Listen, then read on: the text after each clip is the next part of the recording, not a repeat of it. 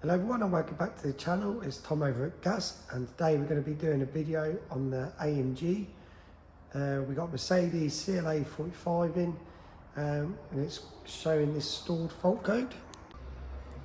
So CLA45 with the 133 engine in, and it's coming up with fault code P06DA00. The actuation of the valve of the oil pump in the combustion engine has an electrical fault or open circuit.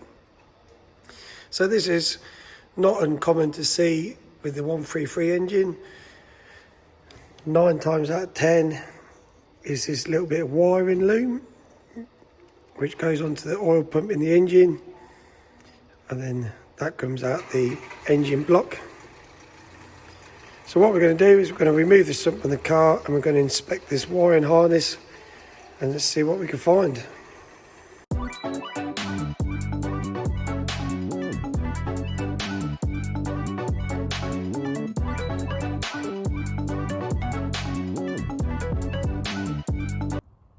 So we've got the sump panel of the vehicle, bit of exhaust to remove, auxiliary belt, unbolt the aircon compressor, and then we could get to the sump.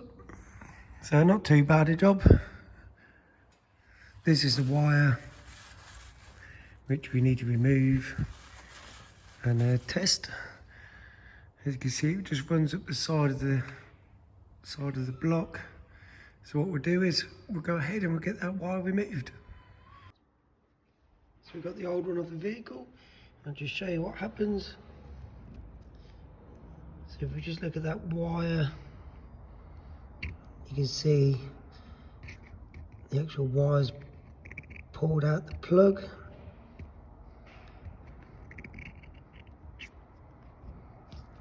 We've got our new one, which looks like they've modified them slightly, because it's a bit of a known issue.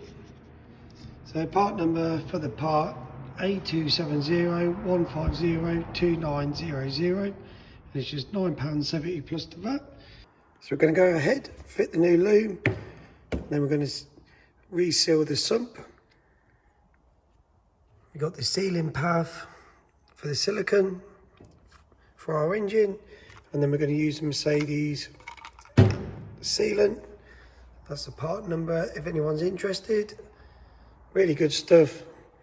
You've got 10 minutes once it's open to use, so just make sure everything's ready, and then, like I say, just leave it for 24 hours and then that will set. So we've got the repair all done on the CLA45.